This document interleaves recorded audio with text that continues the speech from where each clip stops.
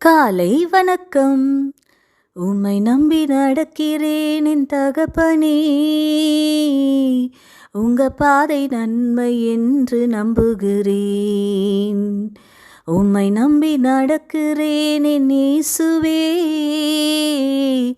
உங்க பாதை நன்மை என்று நம்புகிறேன். நீங்க பிடிச்சிடுங்க உங்க கரத்தால என்ன.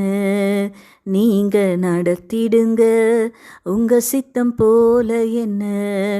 நீங்க பிடிச்சிடுங்க உங்க கரத்தால என்ன. நீங்க நடத்திடுங்க உங்க சித்தம் போல என்ன. ஆமாங்க, ஒரு கிராமத்துல வாழ்ந்து கொண்டிருந்த ஒரு மனிதனிடம் ஒரு அழகான குதிரை இருந்ததாம். எத்தனையோ செல்வந்தர்கள் அந்த குதிரையை விலைக்கு கேட்டு வந்தும் அவன் அந்த குதிரையை கொடுக்கவே இல்லையாங்க. அந்த குதிரையை ரொம்ப ஆசாசியா வச்சிருந்தாராம். சுற்றி இருக்கிறவங்க எல்லாம், என்ன பைத்தியக்காரத்தனம், இந்த குதிரையை எவ்வளோ நல்ல விலைக்கு கேட்குறாங்க, கொடுத்தா நல்ல பணம் கிடைக்குமே, நல்ல நிம்மதியான ஒரு வாழ்க்கை வாழலாமேன்னெலாம் பேசுனாங்களாம். ஆனாலும் அந்த குதிரையை அவர் ஆசாசியா வச்சிருந்தாராங்க. ஒரு நாள் அந்த குதிரை அவரை விட்டு ஓடி போயிடுச்சான். சுற்றி இருக்கிறவங்க அவரை ஏளனமா பார்த்தாங்களாம். அடுத்த நாள் அதே குதிரை 3 காட்டு குதிரைகளோட திரும்பி வந்ததாம். இப்போ சுற்றி இருக்கிறவங்க அவரை ஆச்சரியமா பார்த்தாங்களாம். அந்த காட்டு குதிரைகளை ட்ரெயின் பண்ணும்படி மகன் முயற்சி எடுத்தானா. ட்ரெயின் பண்ணும் பொழுது அந்த குதிரையிலிருந்து கீழே விழுந்து அவனுடைய கால்கள்ல பலத்த காயம் ஏற்பட்டுச்சாங்க. சுற்றி இருக்கிறவங்க இதெல்லாம் தேவைதானா அப்படின்னு அவரை பார்த்தாங்களாம். ஒரு நாள் அந்த நாட்டோட ராஜா கிட்ட இருந்து ஒரு செய்தி வந்ததாம். போர் நடக்க இருக்கிறதுனால இந்த கிராமத்தில் உள்ள எல்லா யங்ஸ்டர்ஸும் போருக்கு வரணும்னு சொல்லி. இப்போ சுற்றி இருக்கிறவங்க எல்லாரும் கலக்கத்தோட இருக்கிறாங்க. இந்த ஒரு மனுஷன் மட்டும் சமாதானமா இருந்தானாங்க. ஏன்னா அவனுடைய மகனுடைய கால்கள்ல அடிபட்டு இருந்ததுனால அந்த மகன் போருக்கு போகலையா.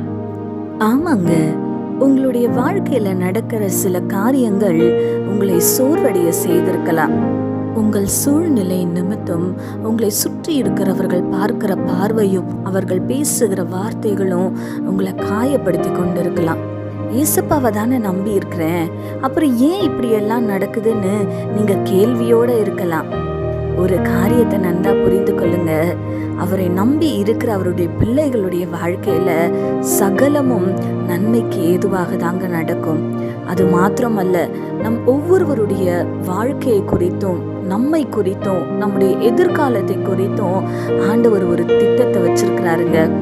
அவரை நம்பி இருக்கிற அவருடைய பிள்ளைகளை அவர் ஒரு நாளும் கைவிட மாட்டாருங்க. சோர்ந்து போகாதீங்க.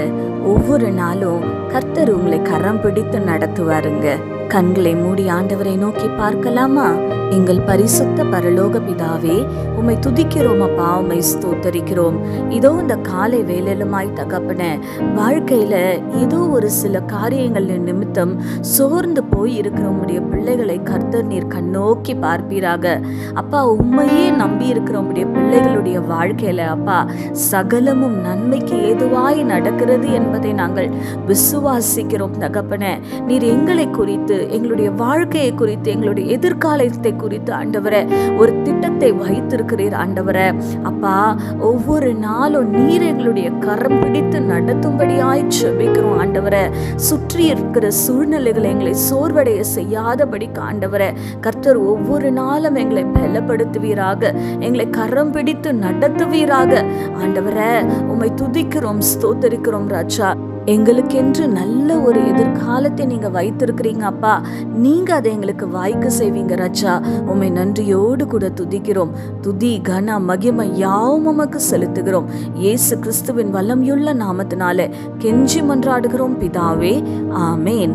இந்த நாள் உங்களுக்கு ஒரு ஆசீர்வாதமான நாளாய் இருப்பதாக. ஆமேன்.